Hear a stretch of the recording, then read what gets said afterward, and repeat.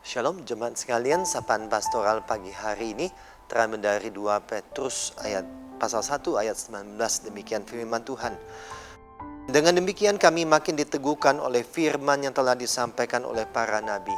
Alangkah baiknya kalau kamu memperhatikannya sama seperti memperhatikan pelita yang bercahaya di tempat gelap, sampai fajar menyingsing dan bintang timur terbit bersinar di dalam hatimu.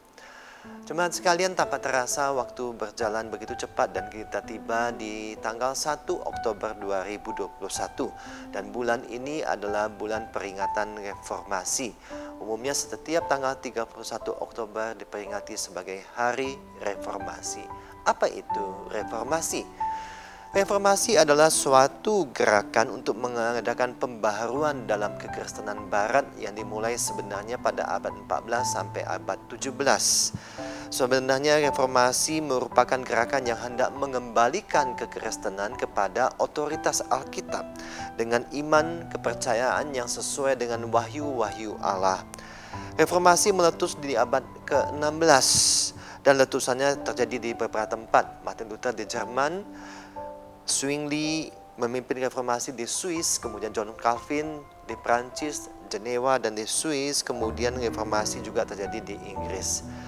Jadi umumnya sejarah kekristenan mengatakan bahwa tonggak reformasi itu adalah ketika Martin Luther memaku 95 dalil di pintu gerbang gereja Wittenberg yang menyuarakan tentang kekeliruan dari praktek keagamaan dari pemimpin agama pada waktu itu, kemudian yang berdampak kepada kehidupan orang percaya pada saat itu.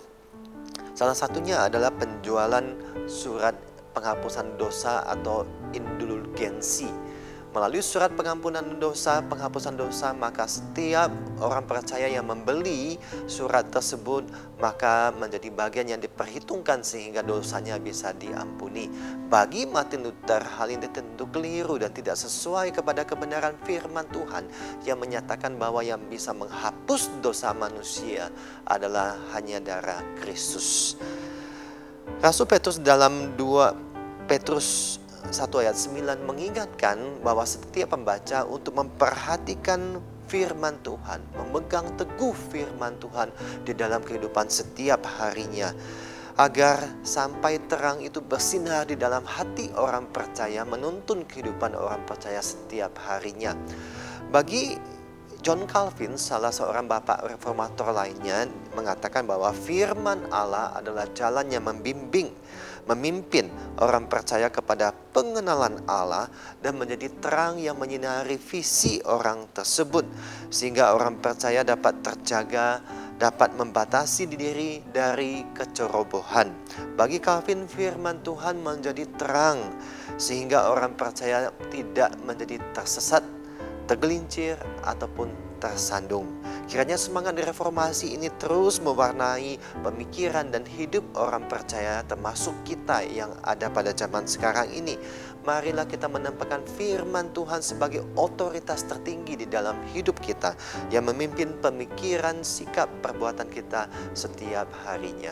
Tuhan Yesus memberkati kita. Amin.